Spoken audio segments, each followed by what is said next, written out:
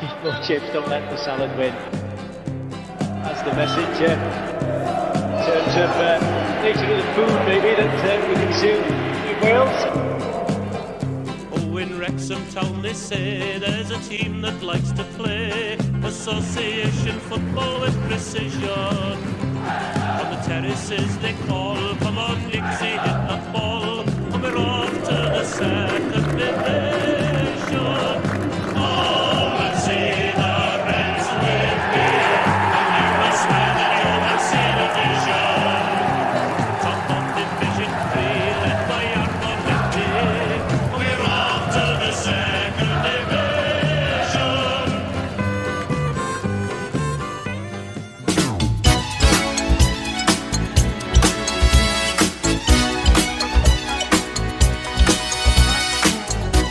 Hello and welcome to the Eat More Chips podcast, the official podcast for one of the greatest Welsh supporters flags in the universe.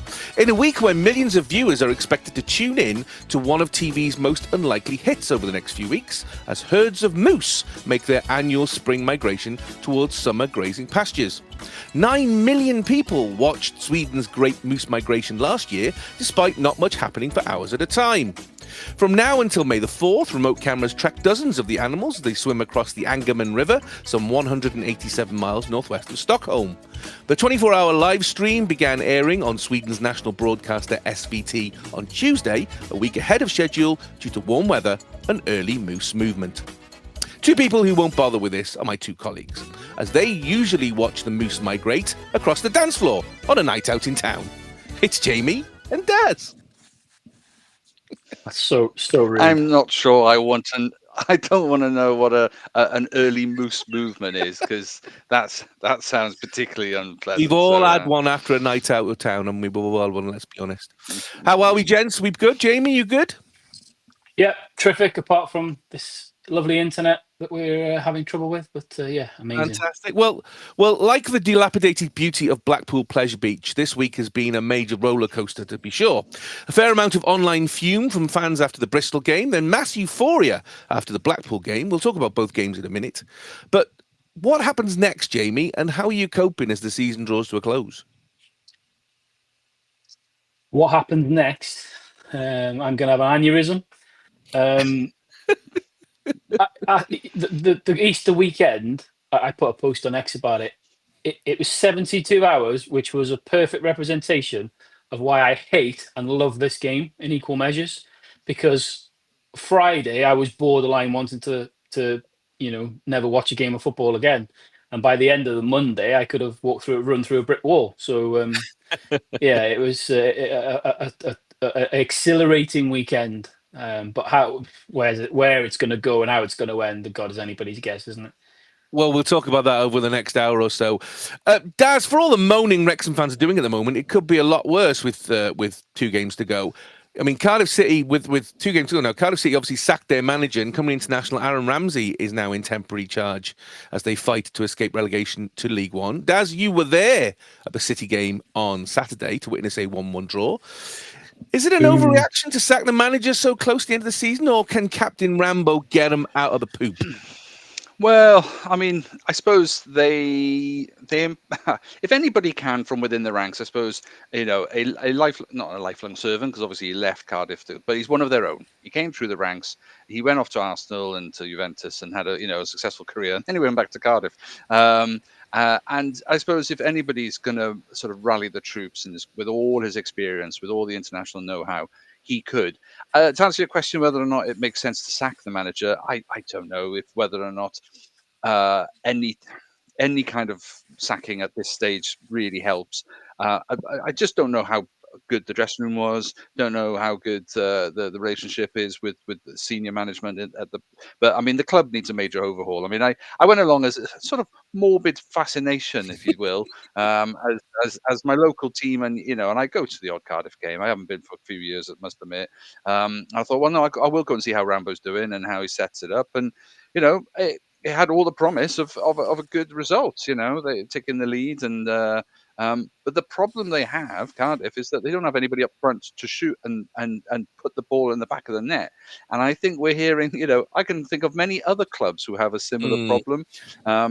got to invest big and put some decent players up front, because they had shots, they had opportunities. There was even a couple of moments where they just take the extra touch, but moments where he was almost looking for a better shot. And I was thinking, you don't have time for that conversation. No. You just hit the ball and go for it. So and then Oxford get one set piece. It was a free kick, blistering goal, a thunderbolt of a shot, but it was their only shot on target, and it goes in, and there's 1-1. So, and as much as there was a bit of swerve on it, and it was well struck, it just epitomizes Cardiff, and I think they're in desperate need of an overhaul, whether it's new owners. Or, the whole lot needs a reboot rather than just management. So it'll be interesting to see what they do in the summer, whether or not they feel that they can give it to Rambo long term. Does he want it long term? I don't know. But it was interesting seeing somebody else's plight, at a time when everybody's looking for positions. They're going up and down. Cardiff, I fear, will, I guess, hopefully pass you on the way. Excuse me if I don't shed a tear. Sorry. Yes, that's fair enough. It's fair enough. Come and see the Reds with me, and you will swear that you have seen a vision. We know just how they feel when they beat me by McNeil. We're off to the second division.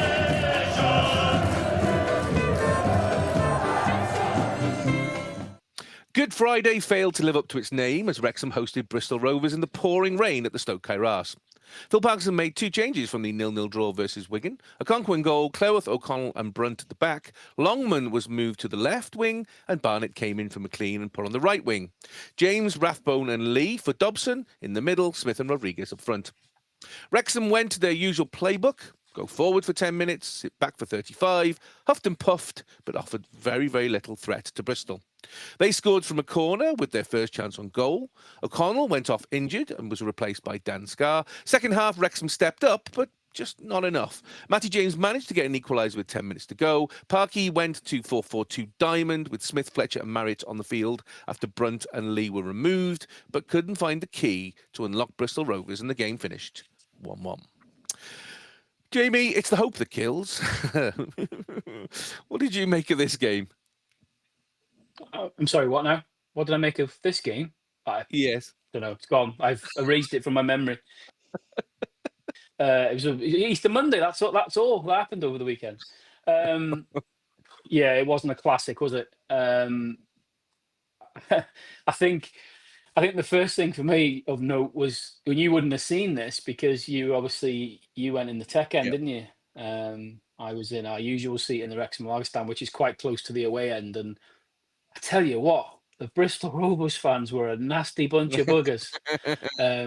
There was some real nasty buggers in that. There was a little bit of pushing and shoving. One of them pushed a steward and got thrown out. There was some more animosity than I've seen with any other away end this season. Well, we know a Bristol Rovers fan, don't we, Daz? yeah. And they are. He is nasty. He is nasty. Hardly. Sorry, Simon, if But none no, of you they- watching, but sorry, mate. Sorry, of course you're not nasty, not at all. But no, they were an odd bunch, to be fair. But they seemed very angry, but ecstatic, it's like they've been let out for the day or something. I don't know. But yeah, to be fair, it kind of, I think their behaviour tied into what felt, I don't know about you, but it felt a strange atmosphere. It felt a very nervous, edgy kind of aura around the stadium, which I think is is understandable given what had happened in the game the week before, and obviously the fact that it had gone out of our hands and everything else. Like you said, though, with the game itself, the lineup was a pleasant surprise to see a couple of changes. I think the 2 changes you mentioned with Lee coming in and Barney coming in. I think they were 2 out of the 3 changes I would have made myself. Personally, I would have, as with a lot of other people, would have probably changed Rodriguez as well. But to see those 2, that was encouraging. And I think as it transpired was clever, although we didn't necessarily get the outcome on Friday that we expected from those changes. When I saw those names on the team sheet, I thought fair play. He's gonna go for this. We're at home against a team who's in rubbish form, right at the bottom, and I thought we were going to really go for it. Whether that was the plan or not, I don't know, but that's not really what happened. Overall, it was generally still quite a poor performance. I think there was an improvement from the performance against Wigan, but then, to be fair, I think just waking up and getting out of bed was a better performance than against Wigan. So there was a slight improvement. The first 30 minutes, I think we were okay. Created a couple of half chances, but nothing to really write home about. But as the half went on, you got a sense of what was going to happen. And I said to David, we sit by, I said, we need to get a goal here. We're on top and we need to get a goal, because I could see what was going to happen. And, lo and behold, just after 30 minutes is exactly what happened. We gave away a stupid corner, and it was a poor corner to give away, between, Max and O'Connell, who was still a needless corner.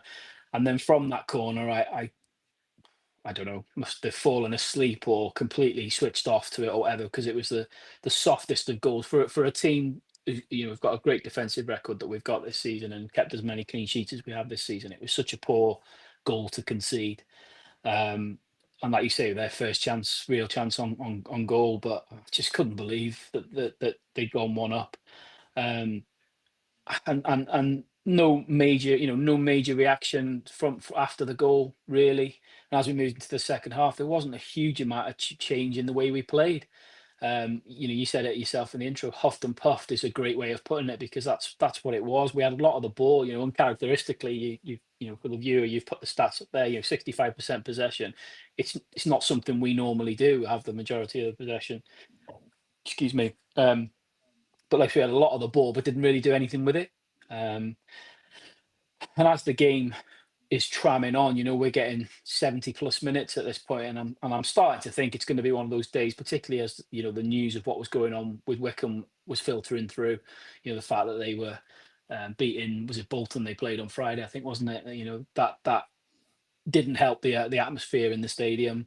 And then we get a lifeline by getting the goal. Fair play to Matty James. It was a quality finish. It was if watching it back, it was a really quality finish. Not spectacular, but a really well taken goal. Did he handball? I watched it a couple of times. I'm not sure. Personally, I don't think it was, and if it was, I don't believe it was intentional. But only he would be able to tell you that. What does the PGMOL rep say? Yeah, I'm not convinced. I'm not convinced it was a handball. He certainly didn't get an advantage from it, but there was no aim to benefit from it. I'm not convinced.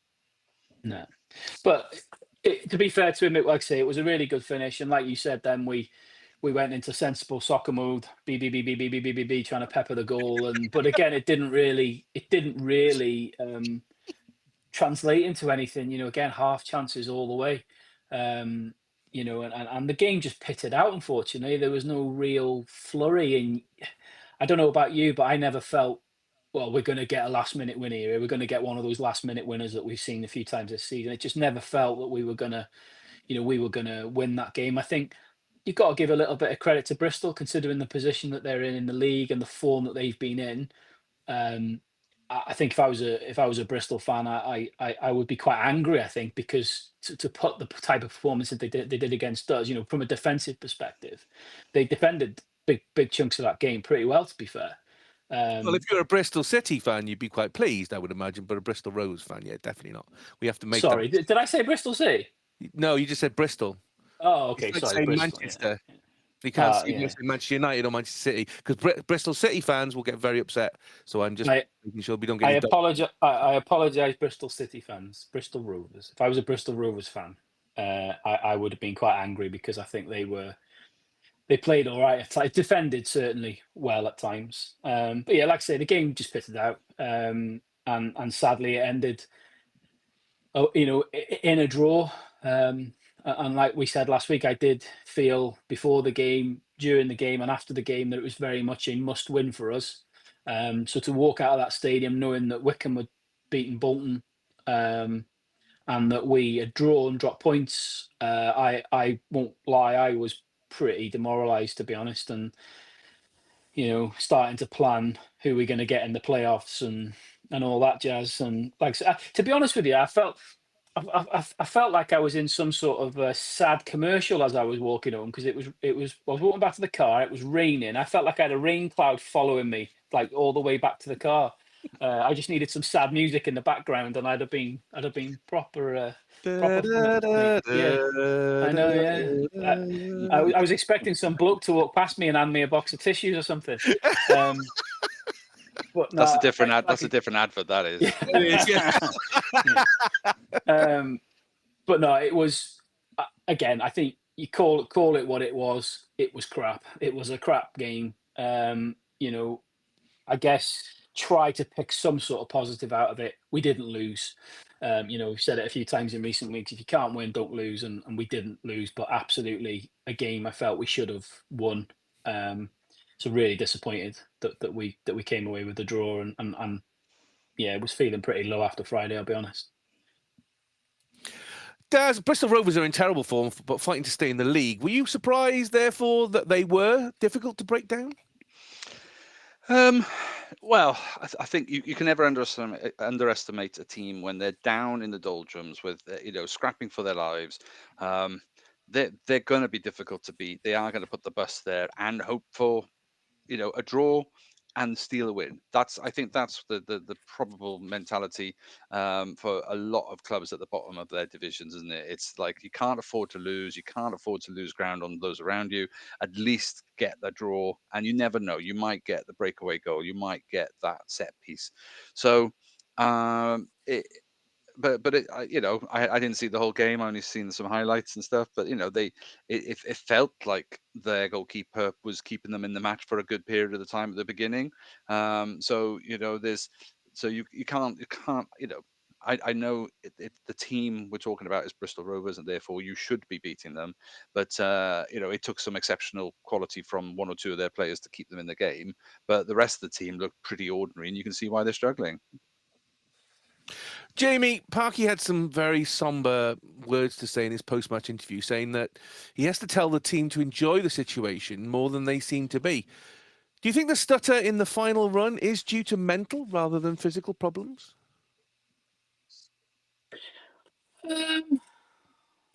Maybe a bit of both. Maybe a bit of both. I think we've talked about the lineup. Every game for the last however many weeks, it's been pretty much the same lineup. I think a consequence of, as we well know, Parky favours experience, doesn't he? That's his kind of go-to. And whilst obviously not every player that is playing is an experienced player, there is some youth. That's what he favours, and I think the consequence of going with experience is the kind of stamina and longevity of those players to be able to play Saturday, Tuesday, week in, week out over a 46 game season. So I can't believe that there isn't some physical fatigue in there somewhere, because with the best will in the world, these guys they're prime athletes, aren't they? They're going to be right at the top of their physical condition, but it takes its toll on you. I mean, Christ, I struggle to play an hour or five-a-side a week apart. So, God knows how they manage to do the games that they do, the frequency they do, plus the training with the intensity that's expected of them. So it's got to take its toll. But, mentally as well, it's a great question, because I think, again, they're human beings. I think they will absolutely be very aware of a lot of things that are said online, and they're not going to be able to block all that out. As much as they might try and stay off X or stay off Instagram or Facebook or whatever it might be, a lot of them will be aware of a lot of the things that are said. And as human beings, it's some of the things that are said it's going to hurt you, because when maybe your professionalism or your work rate or your effort is being questioned, which it has from some people in recent weeks in certain games, that's going to sting a little bit, because I don't believe for a second that in any game they deliberately go out and think, oh, I'm not going to try as hard today. I don't believe that for 1 second. So I think mentally, there probably is a bit of fatigue in there as well, whether it's through things that they're hearing and seeing, but also the strain of the pressure they must be under because they whilst they may not be put under pressure internally, they will be under pressure because they want they'll be putting themselves under pressure. I guarantee every single one of them will want to be part of a historic squad that gets a back to back to back. Every single one of them. So they're putting pressure on themselves. So probably like I say, I think probably a bit of mental and physical fatigue would be perfectly acceptable for me, given the situation that the players are in and the stage of the season that we're at. Does Wrexham have consistently dropped points to sides from lower down the division? You intimated to it earlier. I mean, 2 points out of 6 from Bristol Rovers and Cambridge United, 3 points out of 6 from Shrewsbury Town. I know you're not the manager, but why? Why do you think that is? Why do you think a team who has consistently been second or third in the league all season really struggles against teams in the bottom third of the division?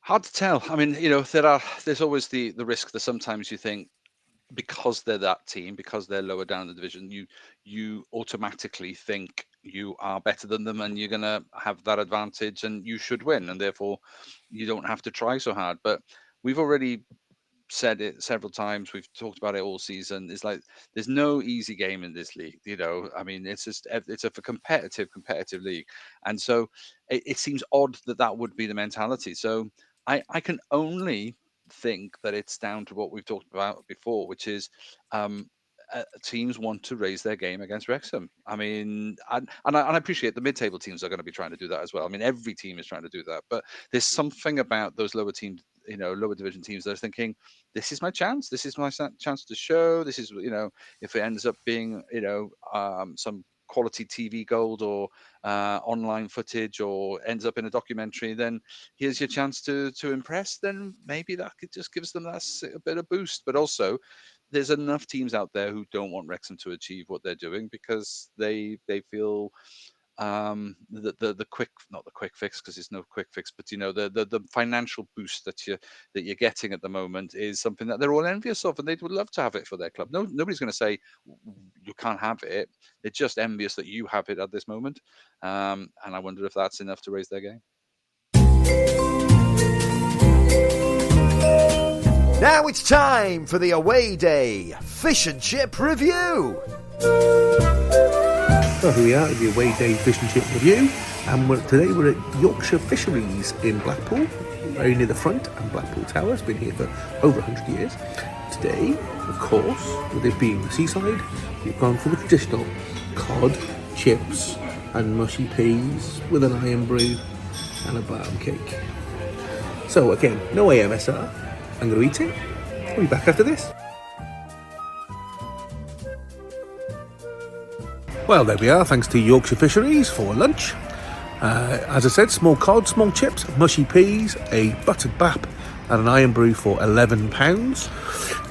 To be honest, a little bit disappointed. That was supposed to be one of the best in Blackpool.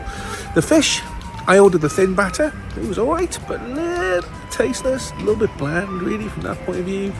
I'm going to give it 3 fryers out of 5. Chips, again, nothing special.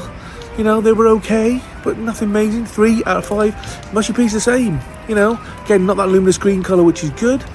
It was all fresh, but nothing spectacular. So again, 3 out of 5. So that's 9 out of 15 for the Yorkshire Fisheries. Disappointing. Let's hope the result today isn't the same. It was disappointing, unlike the game, which we're going to talk about in a second. But yeah, I was just expecting something much better than that. It was really, and I'd done my research, because obviously being Blackpool, there are a lot of fish and chip shops in Blackpool, a lot. So I properly, because again, the whole thing is there's a Harry Ramsden's at the base of the tower. Now you know what you get with Harry Ramsden's. We've been to Harry Ramsden's, but I thought, no, that's a national chain, and we're not doing national chains. We're doing small, independent. Trying to get to somewhere which is local. And this got really, really good reviews but I was just not impressed. Not impressed at all. Okay, positives first. At least you did a fish and chip review. So fair I knew play you'd kill for me that. if I went to the seaside and didn't do a fish and chip review. So, but I don't get me wrong. Given the amount of front of fudge shops you sent me pictures of. I was half expecting a review of some fudge, I'll be honest. But no, well done for doing a fish and chip review. But then I have got two questions. First of all, what the hell is a It's barm? barm cake is what they call a bap. That's what they call it in the north. In the north. A bap, yeah. So, they call it a barm cake. Barm cake. Barm cake. Yeah. Never heard of that before. Does? So Back me a up. bap, basically. Never heard of it, but yeah. No, it is. It's a Lancashire Yorkshire thing. A barm cake. Okay. And then the second thing is, why the hell were you wearing sunglasses while it was peeing down with rain? My glasses are automatic, so if it's bright enough, my glasses automatically go dark. Ironically, it was absolutely because I was standing on the Central Pier recording that. And it was absolutely. Yeah, I think this content shit's getting to your head. It was wazzing it down. It was absolutely wazzing it down. So I was trying to hide under a little bit of shelter on the Central Pier. But yeah, my sunglasses had kicked in. Trust me, it was not sunny. Ironically, it was later on in the day, but not when I recorded that. You'll have an assistant with you soon holding a reflector to get the best light. I keep asking you to come and sort it out, but you don't come with me. So, don't even start with that one. I'm going to get right on my high horse in a minute. Well, let's go there, shall we? Do we like to be beside the seaside? 3 days later, Wrexham travelled to Bloomfield Road to take on Blackpool in a bank holiday Monday special. Phil Parkinson made 3 changes from the Friday's game, with Dan Scarr coming in for the injured Owen O'Connell, James McLean back in for Ryan Barnett, and George Dobson in for Elliot Lee. With Rob McElhenney and Eric Allen in with the away fans, even the velvet voices of Mark Griffiths, Mia Roberts and Andy Morrell were broadcasting right next to the Red Army, literally 5 foot next to the Red Army, which is absolutely crazy. Wrexham were a completely different team from Friday, taking the game to Blackpool, creating some really good chances and giving them very little apart from possession. Eventually, in the second half, an incredible long-range looping cross to McLean on the wing from Dobson saw him bring the ball inside the defender, shoot across the goal, and in. Cue pandemonium that had only just died down when J-Rod chested down a beautiful ball to the feet of Ollie Rathbone, who put the ball in the net not long afterwards.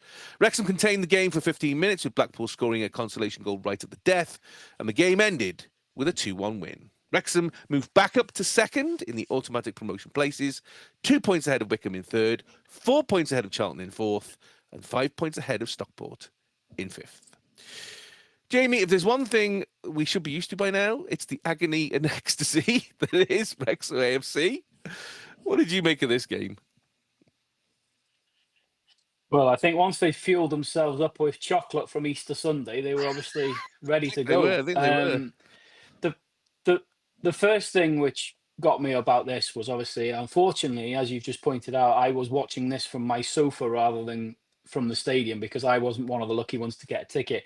And when I did see the pictures on the TV of that stand that was basically where you guys were, but then the other half of it was completely empty, I was fuming.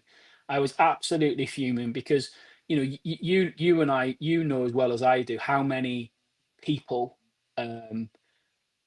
were desperate to try and get tickets that couldn't get tickets for that game. We saw it all over social media, and a lot of, I'm not gonna flippantly use the term top reds, but a lot of people who I know have been to a lot of away games this year. Granted, I don't go to a lot of away games because of other commitments I'm unable to. So I would have happily of somebody else that I know goes to a lot of away games.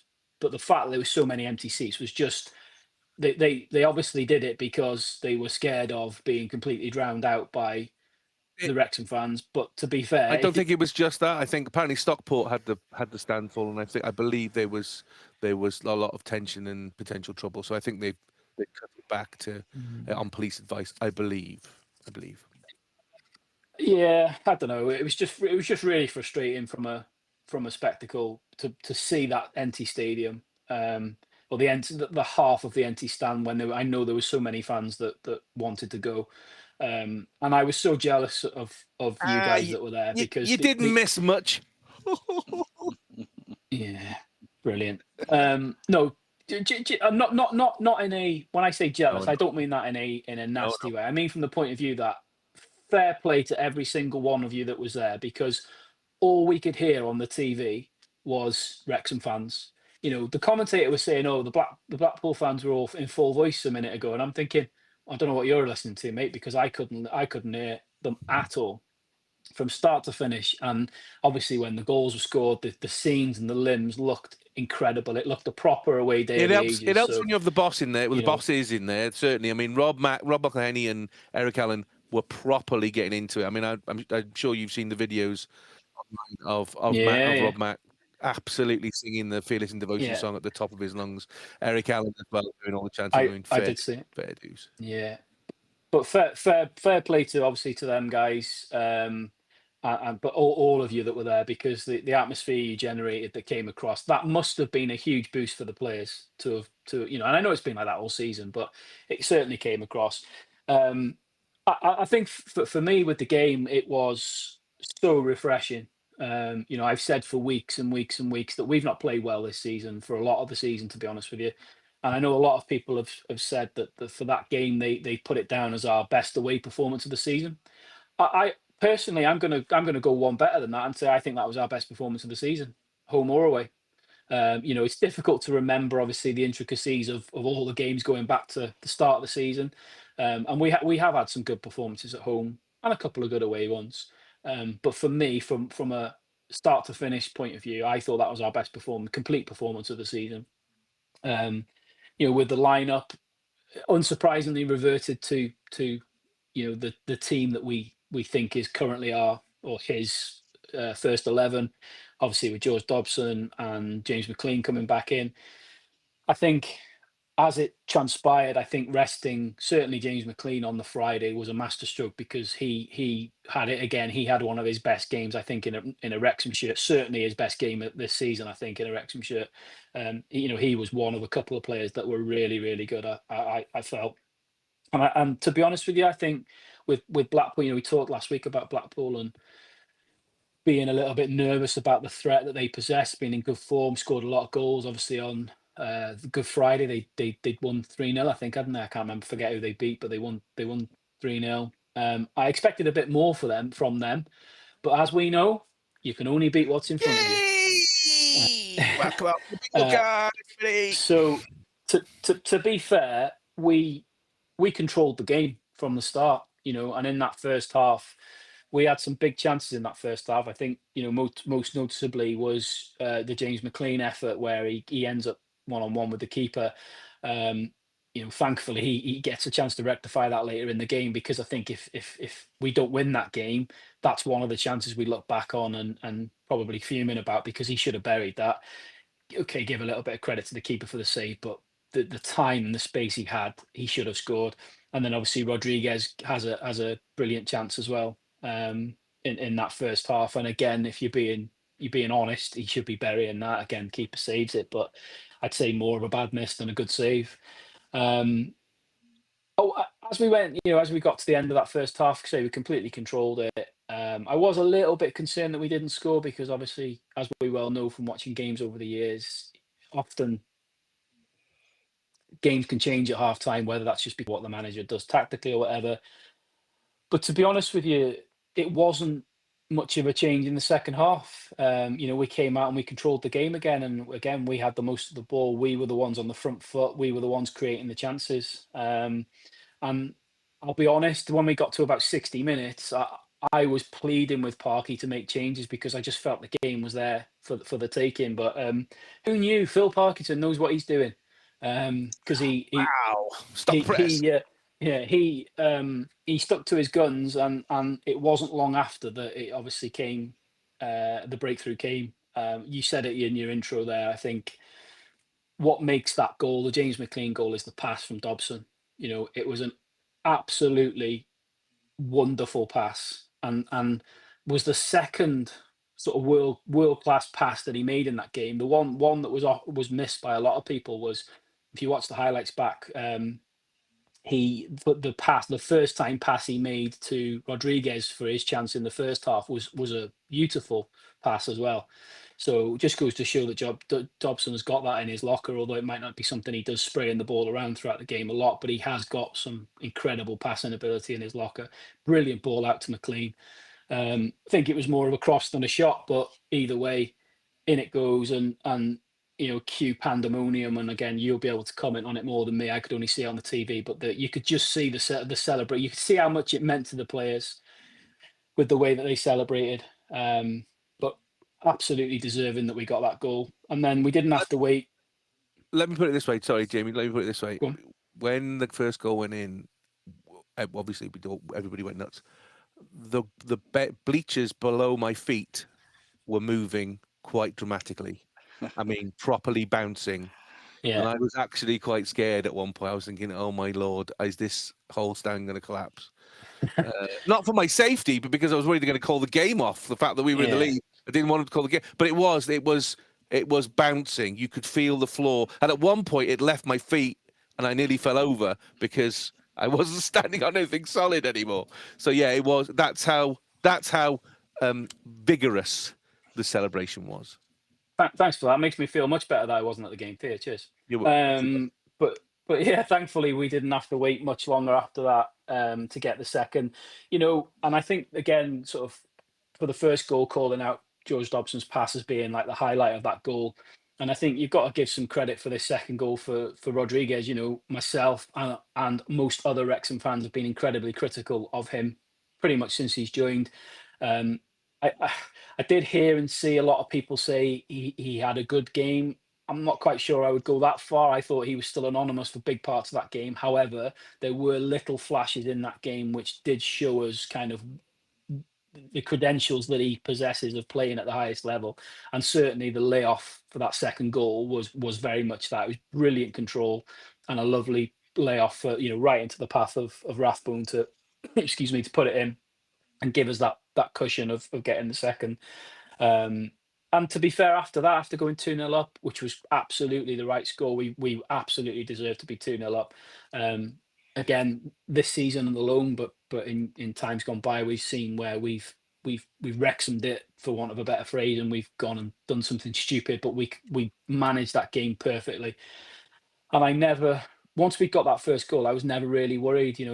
Blackpool huffed and puffed a little bit, but didn't offer much other than Rob Apter, to be fair. I thought he was the one shining light, as we've seen in the past, but he was the one shining light from a Blackpool point of view. He was a threat, but there was nobody else. None of the other Blackpool players were anywhere near his level of performance, and he was trying on his own. And to be fair, I was angrily ecstatic, to be honest, that he scored, because I was fuming from a goal difference point of view, and the fact that I thought by conceding a goal at the end, it just put a little sort of blot on the copy. But purely from a selfish point of view with the Chip Shop League, I was ecstatic that he scored, because obviously I predicted 2-1.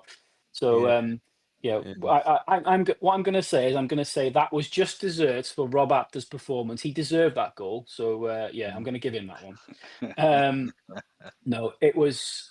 I thoroughly enjoyed the game, despite the fact I was gutted that I couldn't be there. I thoroughly enjoyed the game. I thought we played really, really well for the game from start to finish.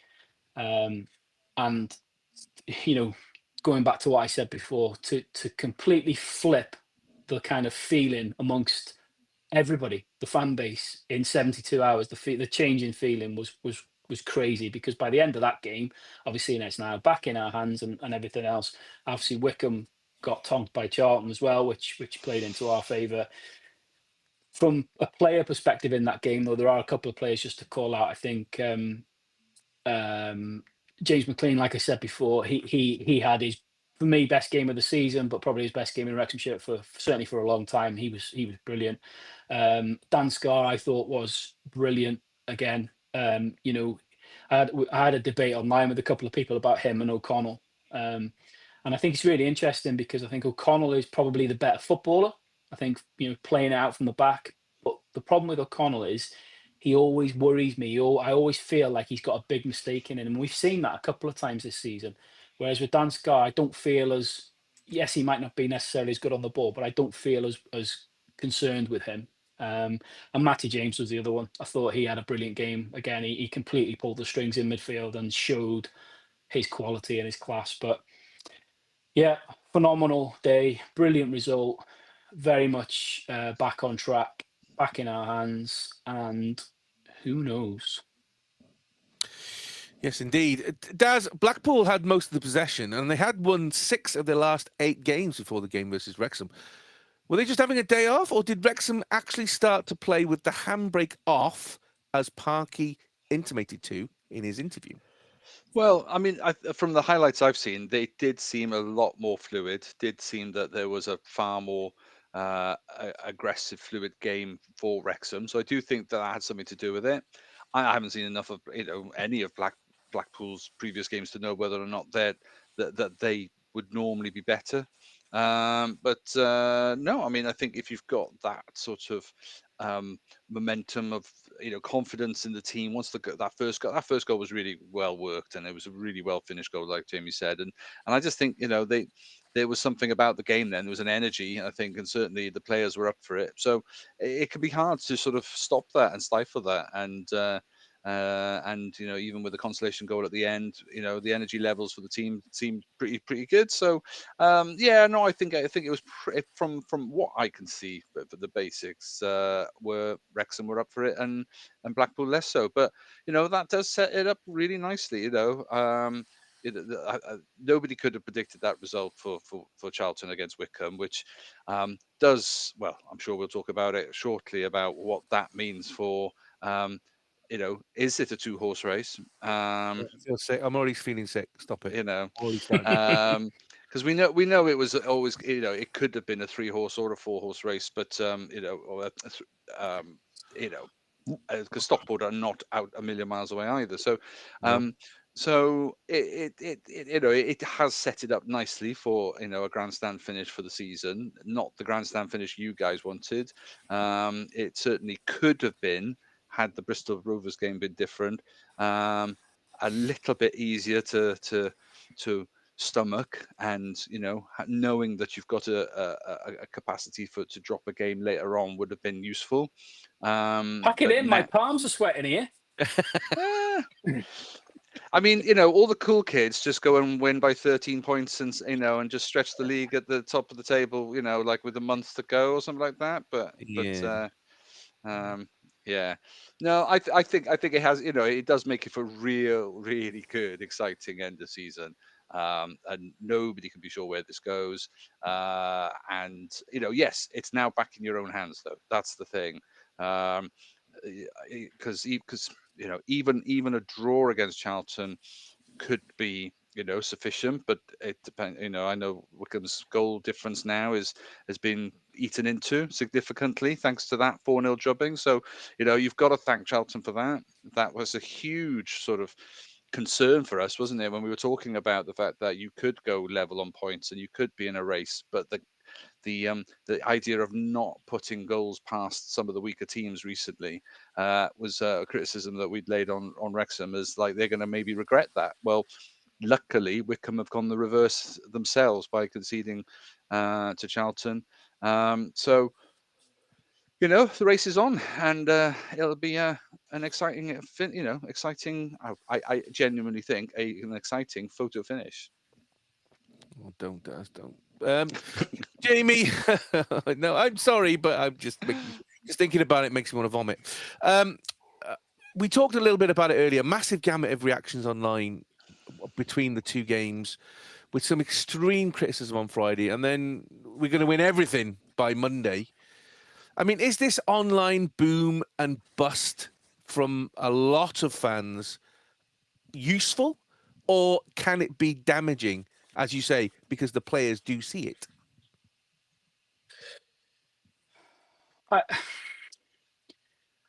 Is it useful? Probably not. I mean, let me phrase that. Sorry, let me phrase that. Everybody's entitled to say what they want as Wrexham fans. I don't have a problem with that. I'm just asking the question with regards to, at a time where we need to get behind the side, is overt criticism based on a single game rather than a group of games useful or detrimental? Is what I'm trying to say. No, I think that the unfortunately there is a big amount that goes way past the line. Like you say, we live in an age where, whether we like it or not, social media and online sort of activity is part of life. for everything. You said, the jokingly said before about we don't do politics, we don't do religion on this podcast, but whether it's politics, whether it's religion, whether it's the fact, the bin men haven't been today or whatever it might be, it's social media. That's the norm, isn't it? So it's very much going to be the thing for football. And I think there are some positives to it, because like we've said, we said a few weeks ago when we did our 100th episode, and we were doing the bit with the guys, the international guys, and I think you asked me the question about what one of the highlights from the last few years, and I said, well, one of the things is being able to connect with people from around the world that I didn't even know existed. Well, social media allows you to do that, and you can have opinions and you can have conversations with people. So there are positives to it, but as we well know, there are also major negatives to it, and I think what is a slight sort of frustration is the level and the intensity sometimes that some of the stuff that's written and said goes to. I mean, I think if you remember last week, I said it about the Wigan game. Um, you know, Given the time of season that we're in and what we still had in front of us, I didn't think then was the time to go in two-footed on anybody or anything specifically. But you still can comment on the fact that it was a piss poor performance, because it was. Um, Similar to the Bristol Rovers. I think if fingers crossed, we will get the job done. But if, God forbid, we don't end up getting the job done, there will be games that we will look back on and we will analyse and we will assess and we will say these are probably games that contributed to us not getting the job done. But I think there's a time and a place. But like we said before about the players being aware of what's being said, I think a lot of people, it's a faceless statement, isn't it? And I think that's the problem. Is I think people sometimes post things and say things online and think, oh, because I'm behind my phone, behind my keyboard, it doesn't matter. But a human being is still on the other end of that. And if you're talking about an individual or whatever, you've just got to be careful. I think criticism is fair to be given at times, but there's a way of doing it, isn't there? And I think um, it, it, we've got to be careful. But then that applies to so many things with social media. So many topics with social media, because it can be bloody dangerous. But yeah.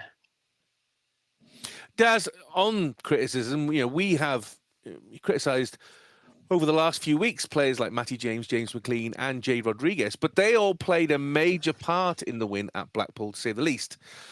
Can they maintain this level of play for what is now potentially the last 180 minutes of football this season?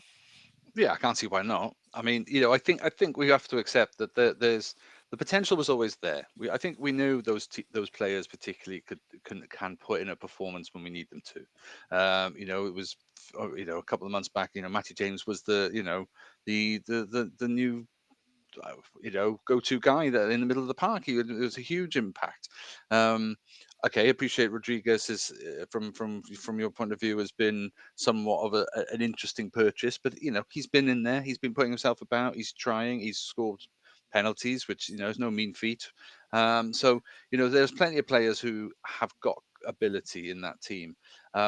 Knowing you've only got 2 more games to go, if you get it right, is there's it's absolutely everything to play for. So I think the mentality, and I'd like to think that when you've got players like Fletcher, like Rodriguez, like McLean, we're talking former captain of his country. Fletcher probably captained his country at some point. Rodriguez played for his country once. But still, we're talking some serious experience there. If those guys can't instill some sort of uh, the reality of the situation, embed them in terms of a professional outlook and a calm head, not getting too reckless, being physical. There's always a fine line between physical, fast and furious, and reckless and giving away silly free kicks and riling the crowds and stuff like that. So there's always got to be that, and you've got some players there who are capable of going either way on that. So I do think it's about staying cool, staying level headed, because you do need to keep all of those your best 11, or at least Parky's preferred 11 on the pitch all the time. So I think that's going to be because Charlton are going to be up for it, for example. But you've got other teams around you are all going to be putting in their best performances. So it's it's really, really hard to predict how this is going to go. But I think you've got the squad and the team to do it. And this game just gone is the perfect example. Just keep showing that video, keep showing them the clip, and keep doing those good parts of that game. Keep doing those good parts because we know they've got it.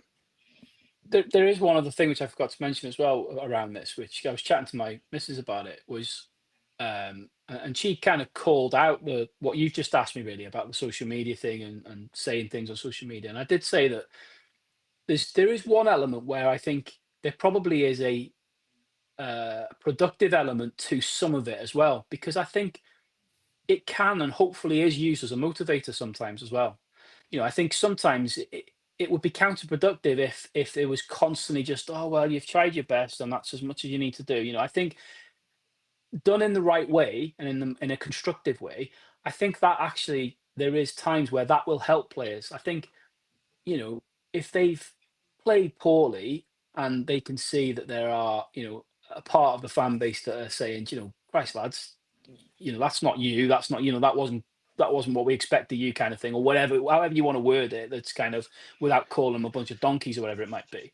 I think that there can be a positive spin on that as well, where it can be have a positive effect, but it is a very thin line. But I'd like to think that a professional player on the wages that they're on can raise their game without needing at Jonesy79 telling them they're shit, because whoever because I'm off social media at the moment. I just can't be doing with it. It's really doing my head in, and I certainly and I certainly ain't going on X because I have no time for him and all of that. So there's an element of it where I'm going, well, I'm kind of shielding myself from it, and I don't feel better or worse for not knowing what's out there and all of that. And I appreciate that these players are guessing what's out there. I can guess what's out there. I've not seen the comments that you're talking about, but I'm pretty much sure I'm aware of what the tone is going to be like. So I think as a professional, they'll know. But also, if you can't raise your game just because that's your job, because your ambition is to be part of a team that will be historically remembered as reaching the highest Wrexham has got to in however many ever or whatever decades, then I don't know what the incentive needs to be. So I get it.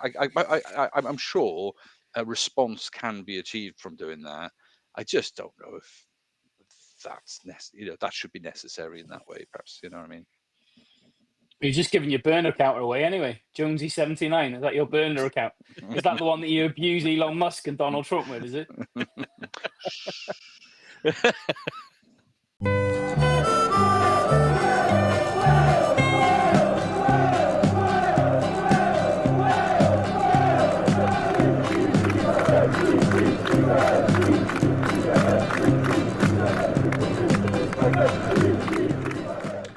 Now, the Much Chips podcast, it's time for today's newspaper, tomorrow's chip paper, where we catch up on Cymru and Wrexham football news. First up, Wrexham Academy under-18s played third place Rotherham United under-18s and won 6-0. 4 goals from Sammy Chesworth, 1 goal from Tommy Clayton and 1 goal from Alex Moore. Wrexham dropped to second in the league, 5 points behind Bolton, who have won the league with a game in hand, so congratulations to them. Wrexham have their last game of the season versus Huddersfield Town on Saturday the 26th. Wrexham under-19 women took on Cardiff City under-19 women as North League winners met South League winners in the Championship final. Wrexham took the lead on 4 minutes through a goal from Anna Owen, only for Cardiff to equalise on the 66th minute. The game remained in stalemate 1-1, but Cardiff unfortunately won the penalty shootout 4-2. Jamie, congratulations to Bolton Wanderers under-18s on winning the league. Wrexham, for the second year running, are second in the league. Do you think they can go that one step further next year and win it? Well, it's something to aim for, isn't it? They're obviously performing at this level at a consistently high level, but obviously not quite had enough the last couple of seasons. So yeah, it absolutely gives them something to go after next year. I think the only thing that's shocked me about the drubbing of Rotherham was that Rio Owen didn't score, because I was half expecting him to be in the first team squad with the way he's been banging them in. But to beat he had an off day. He always had an off day. I know, yeah. But to beat anybody 6-0 is drubbing, isn't it? So it can only. They're third place in the league as well, Jim. They're third place. Not as if they're on the bottom. It's third place. How many's in the league in total? Roughly? 25. Is it 25? So fair play then. It's it's not. We've talked before, haven't we, about the women's league and the fact there's only 8 teams in there. It does kind of dilute the competitiveness a little bit. But if it's a 25 team league, then there's a lot in there to be competitive with. So to finish second again is a brilliant achievement. So clearly we've got some talent in that squad, because you wouldn't be finishing second in the league 2 years on the trot and having the kind of results we have if we didn't have. So it'd be interesting to sort of keep an eye on some of those names and see whether any of those names start to encroach on the first team squad, and because this is what we want, isn't it? We've talked in depth in early in the season about academies and youth system and being able to feed our first team from within, kind of thing. So if this is the start of that, let's hope there's a superstar in the making in that lineup there somewhere. We definitely want to keep an eye on. Daz, congrats first to Pontypridd United, who won their Adran playoff versus Connasky Nomads 3-2. They came from 2-0 down as well. Which is they did. Yeah, I was watching that. I thought Connasky were going to do it, but there you go. So they go back into the Adran Premier for next season after being relegated, so straight back in for them. Wrexham under-19s really competed, and this is the third time they've reached this final in 4 years, and the third time they've met Cardiff City. Yeah. But this is the closest they've come to beating the Bluebirds. Do you think, what do you think Cardiff do differently to make them so dominant at this level? Well, I think you're right. Let's put it into context. Then the gap is narrowing from having been beaten like 5-1 previously and 2-0 previously. Wrexham took it to penalties. So first of all, actually, are Cardiff now doing that much more than Wrexham? I think Wrexham have really upped their game, really put themselves in a competitive. There's no denying Cardiff have won this trophy something like for the third time in 4 years. So they are the team to beat, as are the senior team. So it was all there to be got at. But I don't know. I felt that you can't ask more than the team improving each time they get to this stage of the tournament. They get into the finals consistently. It took a penalty shootout where even the goalkeeper makes a decent save, and then of course the goalkeeper goes and actually scores the 5th penalty and wins the tie themselves. So there was a fairy tale finish for a Bluebird fan there. But I think Wrexham have to hold their heads high and say, okay, they knew they would been in a match. They took the lead early, so it bodes well for the future, and as the feeder team to the senior team, it bodes well for the women's game in North Wales, and hopefully that will materialise in a more consistent performance next year as well. It's that time of year again where the annual TST tournament starts to gather energy as the season draws to a close. Both the Wrexham men and women have learned who they'll play in this year's event. The men will face British opposition for the first time, having been drawn in the same group as AFC Bournemouth, while Concaffer SC, a team from Pat McAfee, I nearly said his name wrong, are also in the group. Real Atletico complete the group, a squad of ex-football, baseball and basketball players from southern Florida. Wrexham Red Dragons take on Real Atletico on Wednesday the 4th of June at 3 p.m. BST. Before the match against AFC Bournemouth at 11:30 p.m. BST on the same day. The last game versus Concaffer SC is at 10:30 p.m. BST on Thursday the 5th of June. The top 2 teams in each group, as well as the 8 best third-place teams, all progress to the knockout rounds. The women's team start at 8:30 p.m. BST on Thursday the 5th of June against Ultrain FC. The following day at 1 p.m. BST, they take on Drunken Monkeys. I'm dying to see what they look like before closing out the group stage against KC Current 2 at 10 p.m. BST, with the top 2 in every group reaching the quarterfinals. Jamie, third year for the Wrexham Red Dragon men. We'll go a bit more into the teams when I can actually do some research, because I haven't got a clue who most of these teams are.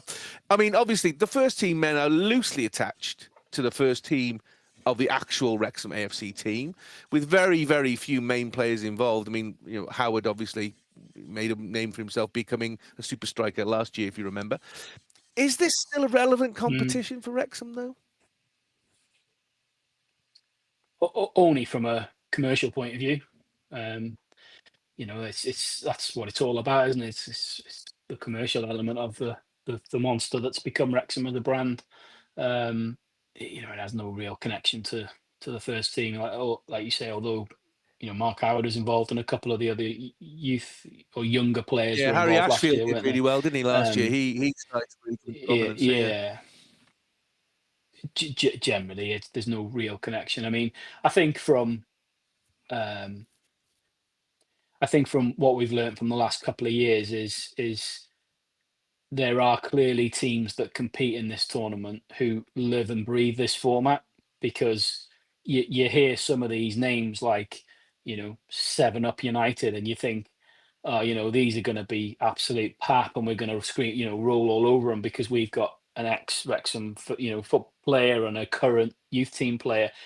But when you actually see them play it, they're like the Harlem Globetrotters of this format, because they live and breathe it. They play this type of football in this format. They play it day in, day out. So yeah, the last couple of years have shown us that there are some people we will have never heard of, teams and players we will have never heard of, who will absolutely tear a lot of names and teams we have heard of, tear a new one. So it's it's one of them, isn't it? I think it's a little bit of a football fix in a time when the season's finished, and that's about all I kind of take from it. It still blows my mind that you've got people over there, chanting and following and wearing Wrexham gear, even for this kind of spectacle, rather than it being the first team. It still blows my mind, but I here we think are. also it's interesting that the types of teams they've invited over as well is quite telling. Obviously you've got huge European, names like Borussia Dortmund, West Ham, and Plymouth Argyle, and so the fact that the Hang on. Borussia Dortmund, West Ham United, neither Plymouth of you Argyle. reacted. I Don't, wasn't sure. don't let Luke see you saying that about Plymouth. He'll smash your face in. Hey, no, pilgrims, It it's it fine, it's fine. it took me a minute to process It's that. fine. Sorry. No, but I do think like you said, it's interesting who they've invited, and there are some names there, but Wrexham are getting invited regularly. It is a brand, and is an opportunity to keep going with that marketing that you've absolutely spot on. So it's definitely a way of keeping the name front and center in people's minds. So I do think it's very tactically savvy. Daz, Wrexham women are also involved for the second year running. Last year, they didn't do very well in this competition. This year, they're also playing in the Hong Kong Sevens in May. Will this competition benefit the squad being so close to, Hong Kong and then this? Are we talking again? Is it first team players? Is it the regular squad? Because I don't actually know how many, sort of, compared to some of the other teams where they've got seniors and legends that might sort of put the boots back on to play. I'm not entirely sure that the Wrexham women have got that same strength and depth and sort of legacy, really. So it's probably going to be a good number of the first team current, because this is, I think last year yeah, it was, wasn't it? Was, It was yeah, a yeah. it lot of was. the first team. It was. So it's going to be interesting to see who goes and whether or not it's the whole team, and then does everybody then go to Hong Kong as well? So there's a lot. That's a lot of football. That's a lot of football at a time when refreshing, regroup. But you also want to have a pre-season. You want to have a competitive game. It's actually quite useful to have that. But I'm not always convinced that playing a pre-season in a different format to the one that you're practicing for is necessarily going to be that helpful. So fitness, maybe, profile, definitely, but whether or not it'll actually help the Wrexham women's team pre-Genera League kicking off again, unconvinced. Supporters can now vote for their Wrexham AFC Women's Player of the Season and Young Player of the Season, according to the Wrexham AFC website. To cast your vote, go to the Wrexham AFC website and fill out the form. Winners will be announced via Wrexham's social media channels on Friday the 25th of April. Further information on women's goal of the season and the men's awards will be announced in due course.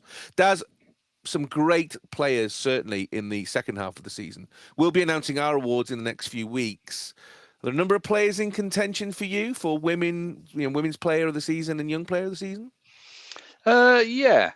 I mean, obviously, I mean, I don't know why we're talking about these other prizes. I mean, surely the only one that makes any sense and any desire to be won is the one that we give. I mean, Golden potato. Everybody wants the golden potato. You Let's know, be honest. let's be honest. No, but I think there are some standout players who have come into the team and really elevated the team's success.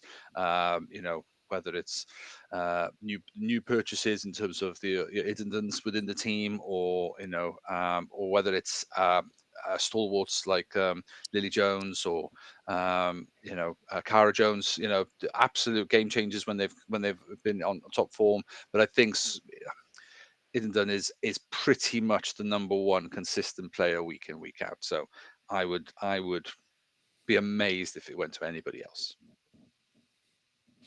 One thing we missed last week was an injury to Mo Farr in training, where he had to go and have an operation on his thigh almost straight away.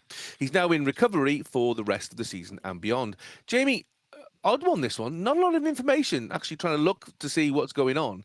Mo gets injured in training so badly, he has to go straight in for a thigh operation? Just for clarity, we didn't miss this. You write the subject for the news, so you missed it. I was aware of it.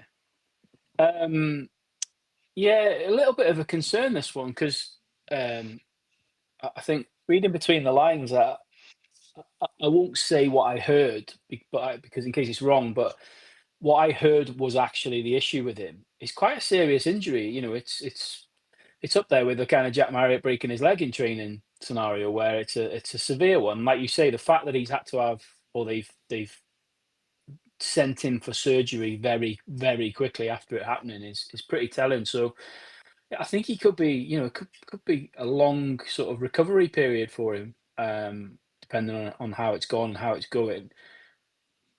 It's not going to be great for him, that, you know, because he's obviously, I mean, when did we signed him right at the back end of the transfer window in the summer, didn't we? So he's been with us for pretty much the season.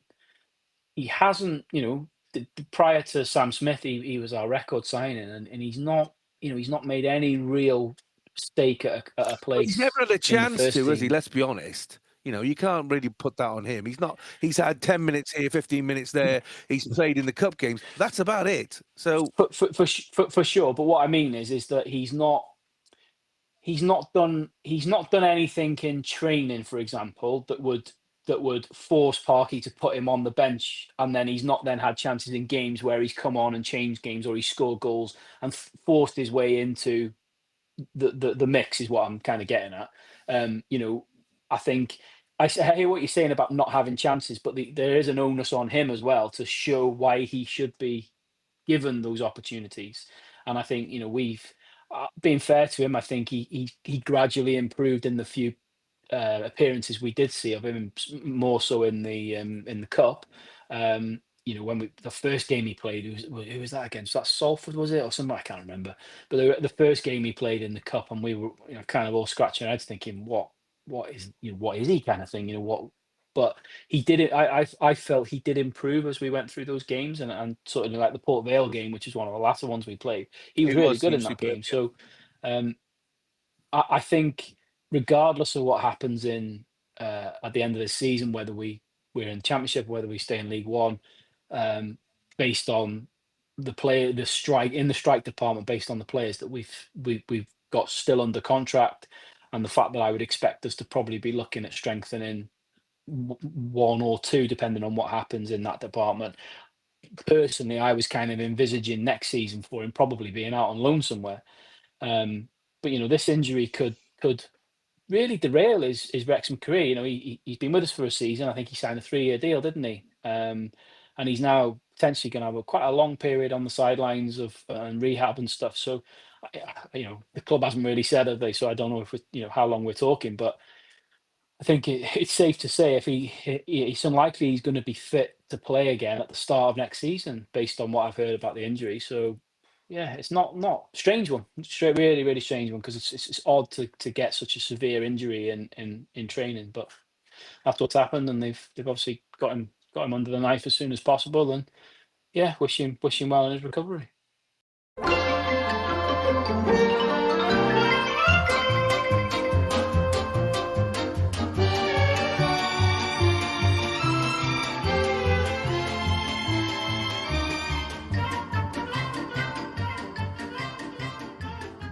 We're scraping the bottom of the barrel with stock as we draw towards the end of the season in the chip shop. Daz is nervously looking over his shoulder at Jamie while Jamie wonders what day of the week it is. So, first into the fryer tonight. It's Charlton Athletic. A vomit-inducing, sick-making potential game ahead. After an Easter of ups and downs, Wrexham play their final home game of the 2024-25 season versus fourth place Charlton Athletic for a game that could get us promotion to the Championship. This game is a 5:30 p.m. BST game, with Wycombe playing 5 hours earlier, so both sides will know if Wycombe have dropped any points before this game starts. Wrexham and Charlton Athletic last met in October last year at the Valley with a 2-2 draw. Wrexham's goals, an own goal from Coventry for Charlton Athletic and an Andy Cannon beauty. Wrexham looked to hold on for the win, but conceded a penalty in the 97th minute, which got the draw. Since then, Charlton have been slowly climbing up the table and secured a playoff spot last weekend. They currently sit fourth in the league with 24 wins, 10 draws and 10 losses, a goal difference of plus 25 and 82 points, 4 points behind Wrexham, and still with the possibility of getting that automatic promotion spot. Charlton have only been beaten once in their last 13 games, and their last 5 league results: a 2-1 win away at Mansfield, a 2-2 draw at home to Lincoln City, a 1-0 win away at Cambridge United, a 2-1 win at home to Northampton Town, and a 4-0 win last week away at Wycombe Wanderers. So, the maths is complex. Brace yourselves. If Wycombe win, Wrexham need to win to stay in second place, taking the league to the final game of the season. Wrexham draw, and it's probably that Wycombe would be in second on goal difference. Wrexham lose, and it's back in Wycombe's hands as they'd be a point ahead, putting them in the driving seat for the last game. If Wycombe lose, Wrexham draw, then they only need a draw in the last game of the season versus Lincoln. If Wycombe lose and Wrexham win, however, we get promoted with a game in hand. Charlton have to win, regardless, against Wrexham to keep the auto-promotion dream alive. Oh, the chips are done, and I don't want any. I feel sick. Too many chocolate eggs at the weekend. Oh, man. Last home game of the season, and it's a potential Notts County, Boreham Wood, Forest Green Rovers moment. Parky has asked us in his meetings to create a cauldron of noise at the Stoke Caerhar, so it will be nervy, but potentially incredibly exciting. Big question. You know I'm going to ask, what kind of a game are you expecting?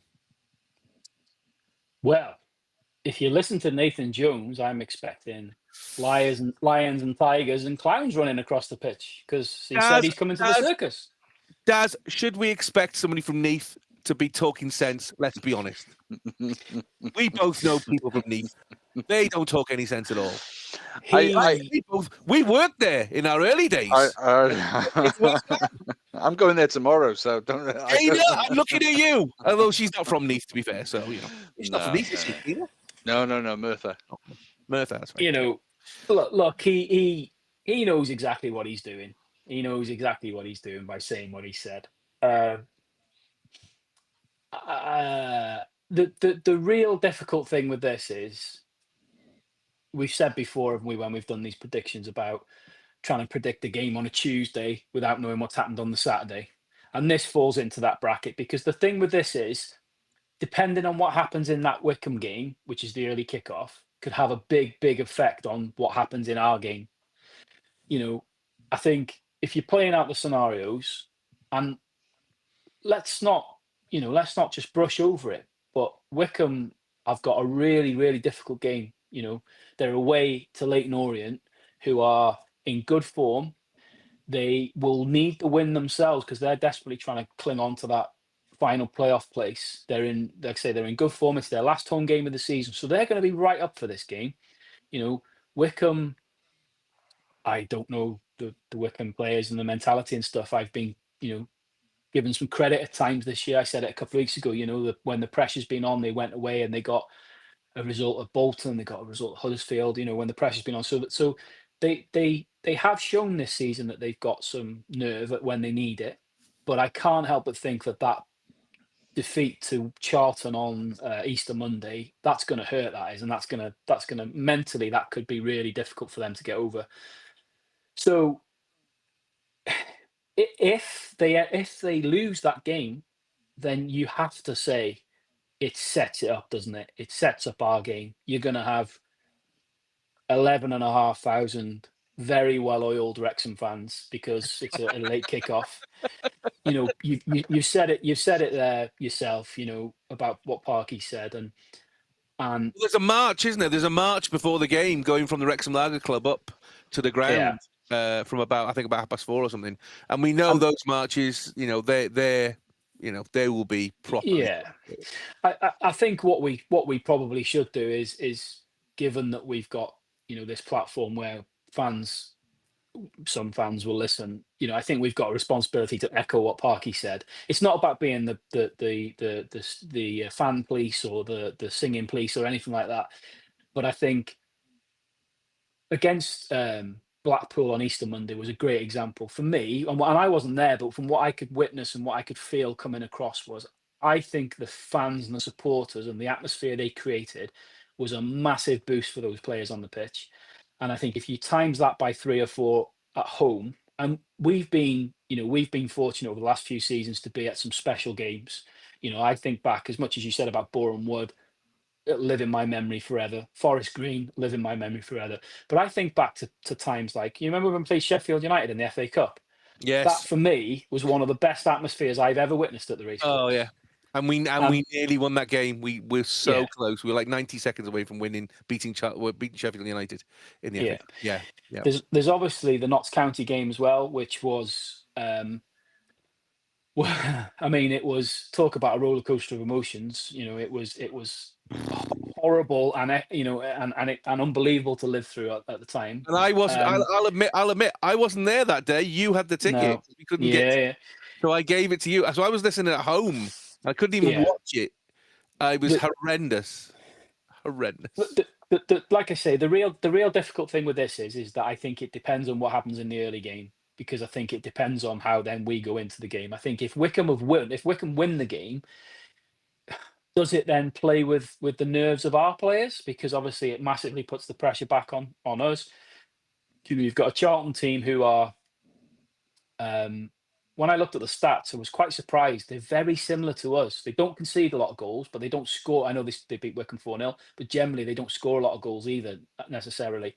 But they're in brilliant form. They're one of the informed teams in the AFL. They've made a massive surge up the towards the back end of the season. I heard one of their fans on what was I listening to today on the on the Fearless podcast today, and he was saying that he feels it's a free hit for them. And when he said that, I was kind of like, that kind of makes sense, because to them, I suppose in many ways, well, it is a bit of a free hit, because yes, they can still get second place, but the odds are massively against them at the moment. Of the three or four of us, if you include Stockport, the odds are massively against them at the minute. So it kind of is a free hit. For me, it's really difficult, because without knowing what happens in the Wickham game, I don't know for sure with this one. But I think this is going to be one of two types of game. This is either going to be a very nervy, very cagey affair that could be settled by one goal, or it's going to be Notts County 2.0, where it's back and forth, and it'll be won, and could be won still by a goal, but more like a 3-2 or a 4-3 or something stupid like that. I feel it's going to be one or the other. But all I can say is that if Wickham do lose to Leyton Orient, I'll be nervous as anything, and I'll be a gibbering wreck. But I wouldn't want to be anywhere else. And if we can get to whatever it'll be, 8 o'clock on Saturday night, and clinch a back-to-back at home again, where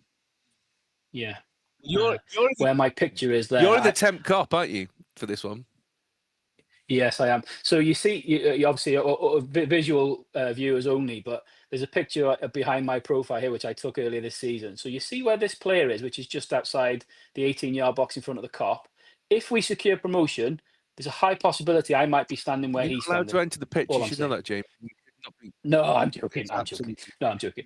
No, yes, I am in the temporary cop. To be fair, I'd happily sit on somebody's knee just to be in the stadium. So let's hope it's a good day. Let's hope so.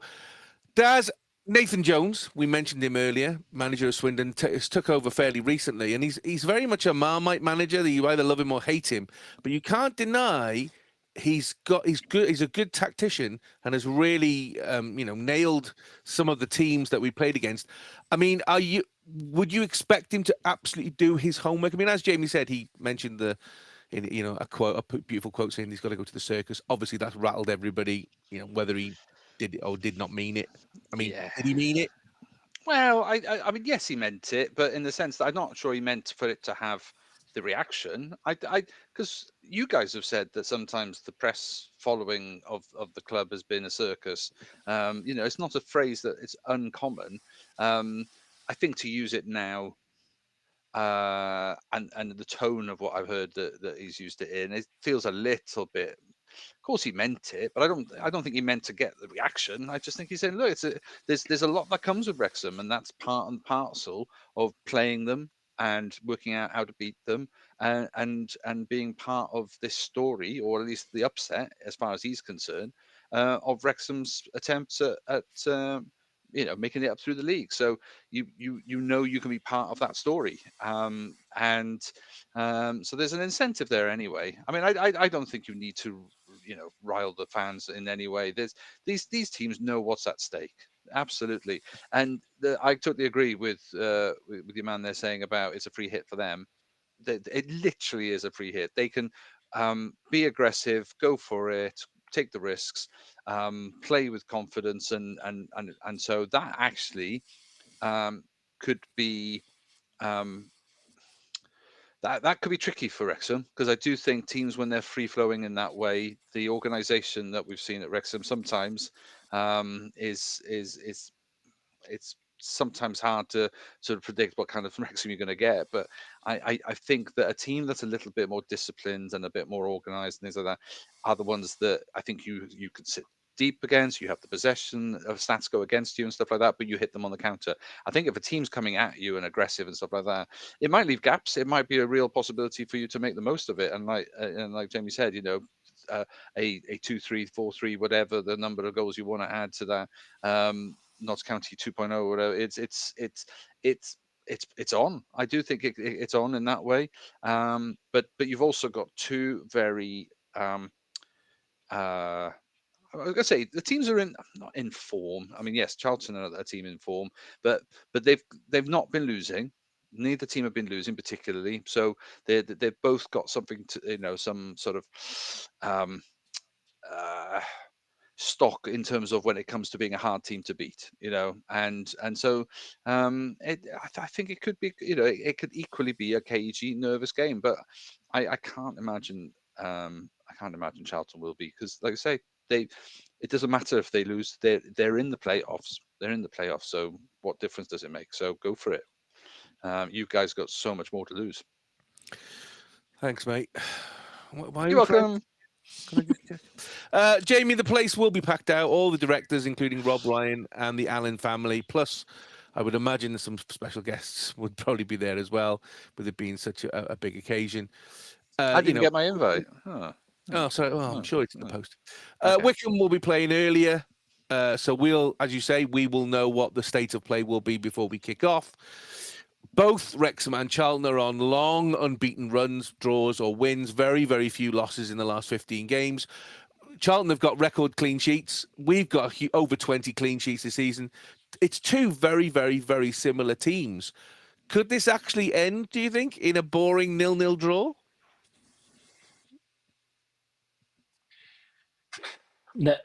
Never say never.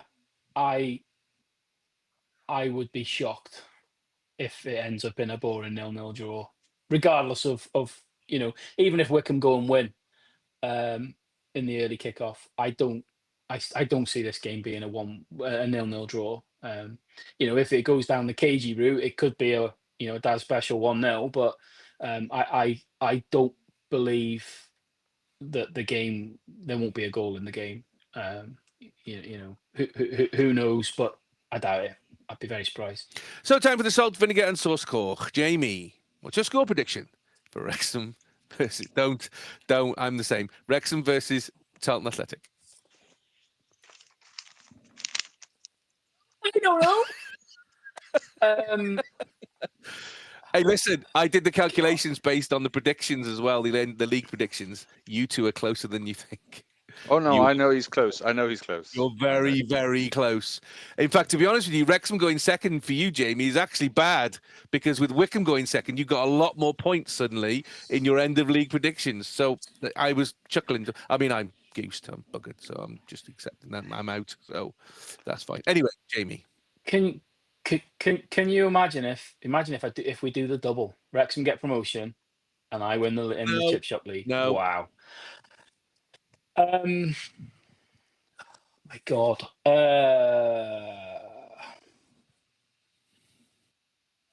I think, like I said, even though it's very, really hard to predict without knowing what's going on in the Wycombe game, this is the way I think the day is going to go out, right? I think Wycombe will lose. I think Leyton Orient will beat Wycombe. So I think when we get to our game, we will know that a win will get us promotion. And I think we will win. And I think we'll win 3-1. Wow. I didn't think that at all.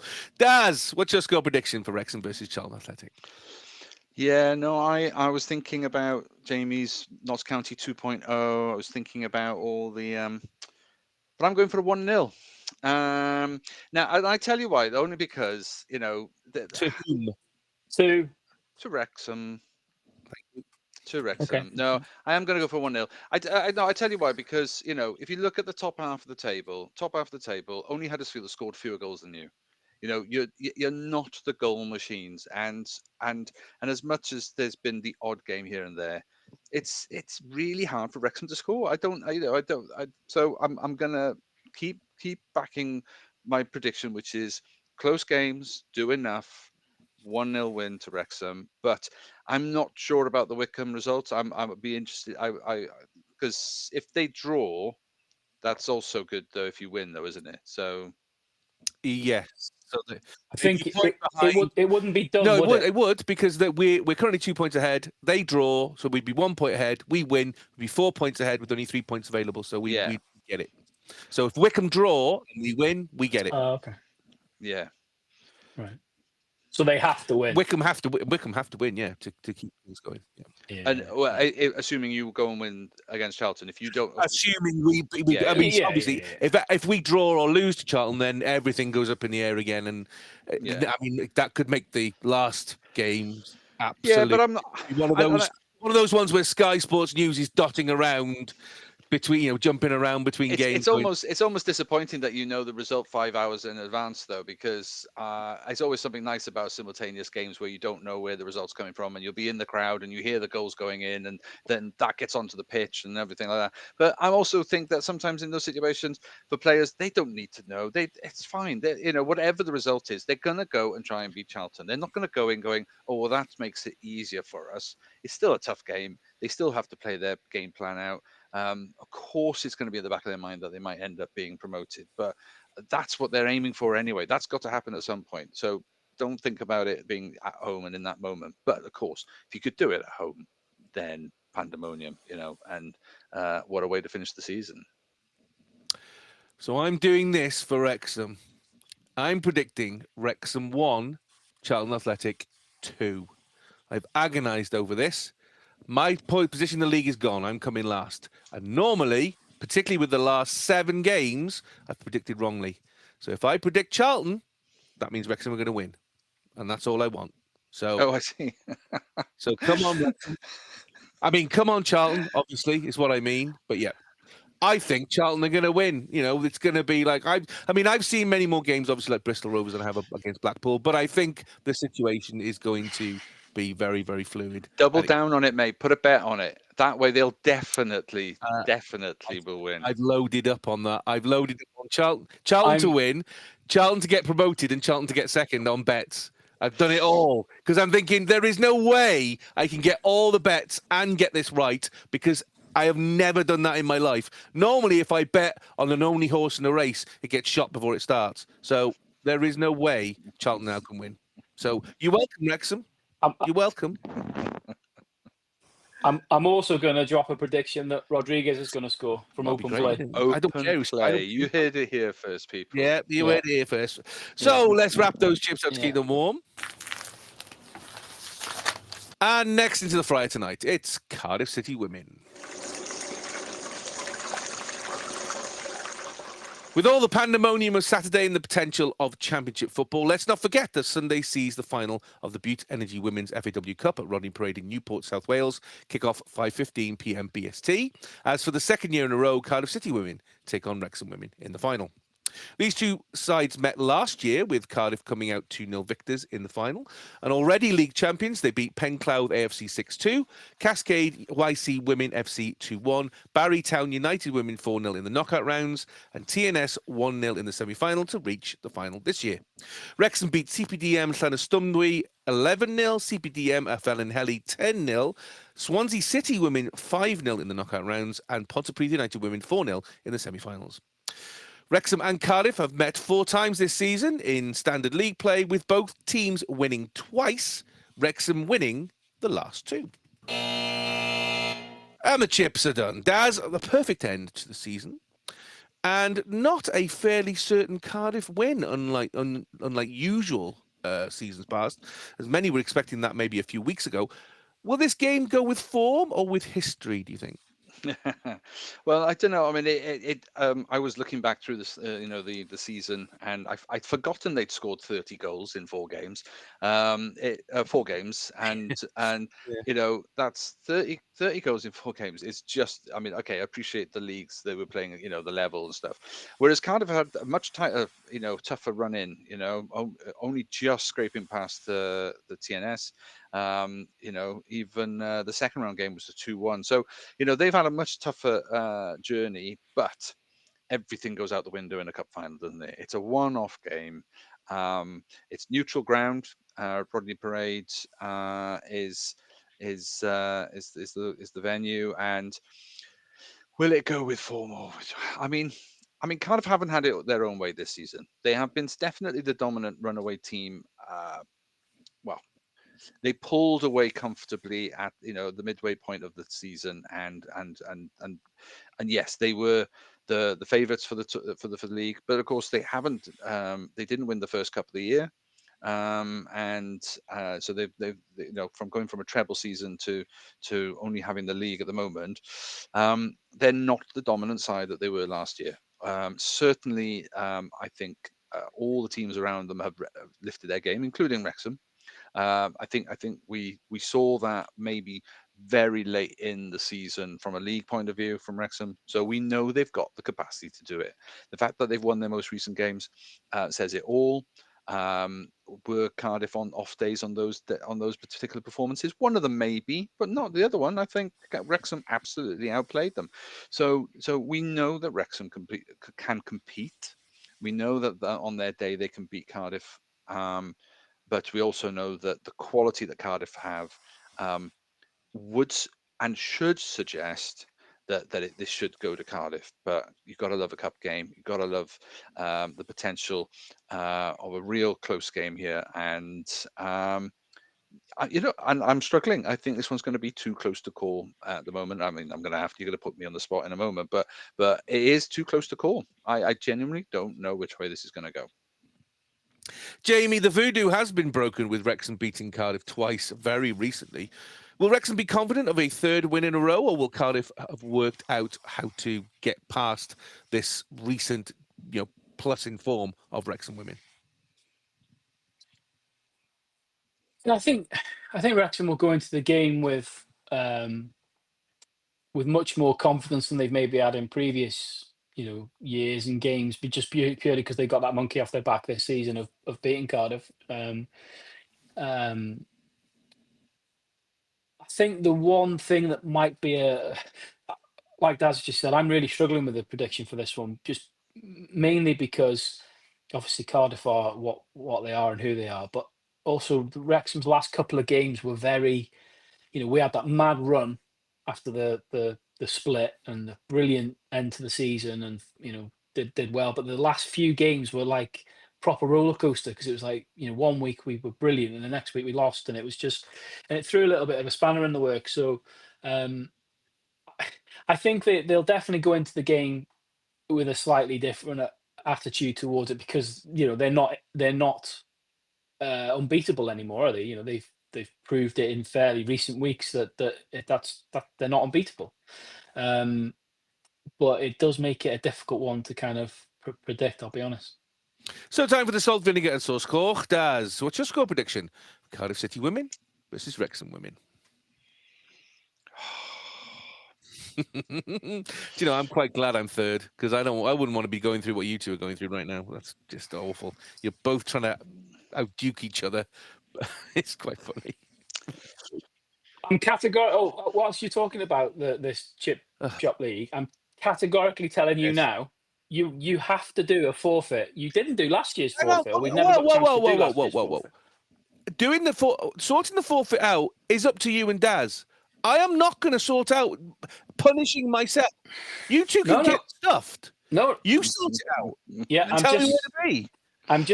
Because trust me, if either of you two come last, I will be sorting out a forfeit. You can guarantee that. I'm just telling you that categorically, if you finish last this time, there will be some sort of forfeit. You got to sort it out. We'll just accumulate them up and make it just worse each time or something. Like bungee jump, like a bungee cord attached to your dick. It'll have to be a very small bungee cord. Daz, Cardiff City Women versus Wrexham Women. Okay, I think there are goals in this game. I think I've written 3-2 both ways. That'd be a hell of a game. At 6-4, that's brilliant. I've put 3-2, and I can't decide who's going to win. So, with regret, I'm going to say Cardiff. Jamie, what's your score prediction for Cardiff City Women versus Wrexham Women? 3-2 Wrexham. Nice. And I'm predicting Cardiff City Women 2, Wrexham Women 3. This is a dangerous game. Wrexham will be confident on beating Cardiff, but the Bluebirds will be ready and not want to lose 3 in a row to Wrexham, particularly as silverware is on the line. Wrexham will have to play at their very best, but I believe in a Hollywood ending. And it's the weekend potentially for Hollywood endings. I'll be at Rodney Parade with my family, so I'll have to disinfect heavily afterwards. But I think Wrexham will get that win and get the cup and end the season in the perfect way, with Wrexham men in the championship. So let's wrap those chips up to keep them warm.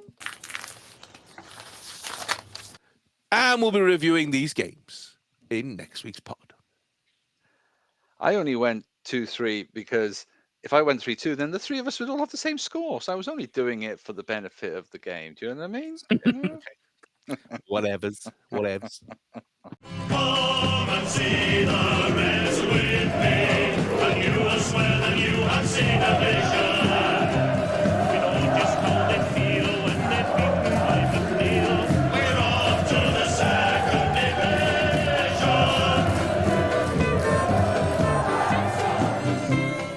So that's it.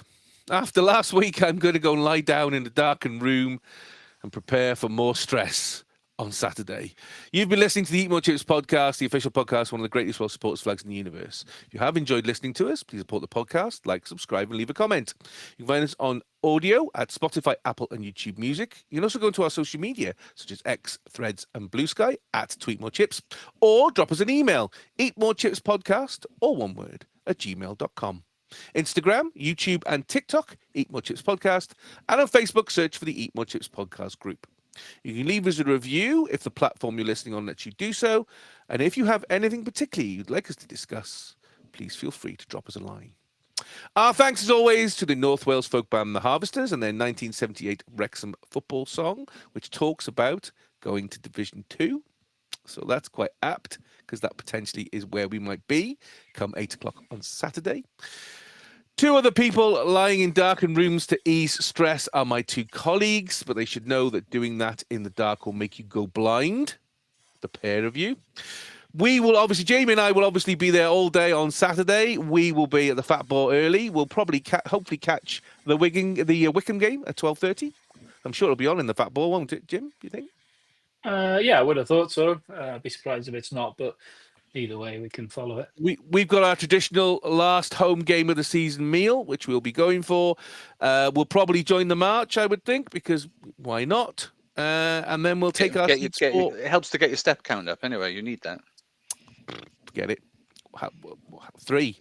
That's all I need, apparently. So, thank you, Jamie. My pleasure. I've got a solution for you Saturday to ease the stress. Start drinking with me. No, I don't think that would be good at all. No. Thank you, Daz. You're welcome. You're welcome. I was getting slightly excited because I thought Crystal Palace had taken the lead, but it's still 2-2 against Arsenal. So we may have won the title by the end of this recording. Ooh, I mean, Liverpool have won it. I mean, let's be honest. Do Arsenal have to win, do they? Is it only a win that keeps them in it? Yeah. Yeah, Liverpool definitely like 11 points. Well, the gap, yeah, they can't be caught if they lose, but if they draw, we still only win at the weekend anyway. So it's happening. It's happening. It's Premiership football. Who cares? Well, the year after when you get your back to back. Well, right? it's back to back. Yes. Well, let's not even go there. That's way too tense for my liking. So we'll be around. The flag will be around. Jamie will be taking it onto the Kop. So if you see any of us, give us a hug because we're going to need it. Because I'm going to be a mess, and particularly if we win, I'm going to be an even bigger mess. As Jamie will contest because we're both emotional souls, the pair of us. The only one really who's going to keep their own on Saturday is going to be Daz, unless you're going to go and see Cardiff City again. Are you? No, never. No, not with that team. I don't need to do that again. It's okay, so until next time, and you never know, by our next pod, we could be a championship. Let me say that again. By our next pod, we could be a championship club. That's absolutely crazy. So until next time, come on, Wrexham. Come on, Wrexham. Come on, Wrexham, please. Come on, Cymru. And come on, the town.